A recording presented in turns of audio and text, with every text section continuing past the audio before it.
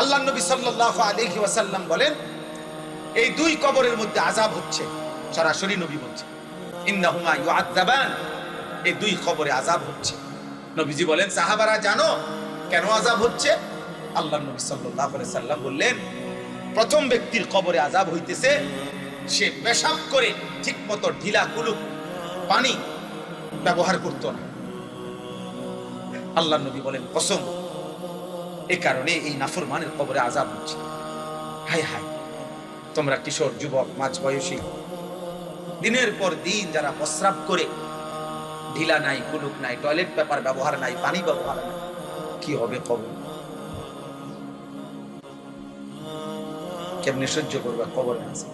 নবী নিজে বলছেন, তিরমিজি শরীফের, আবু দাউদ শরীফের হাদিস এটা। নবীজি বলছেন, তার কবরে আযাব হচ্ছে এই কারণে যে সে প্রস্রাব থেকে নিজেকে ঠিকমতো পাক রাখত, ঢিলা কুলুক পানি ব্যবহার করত না।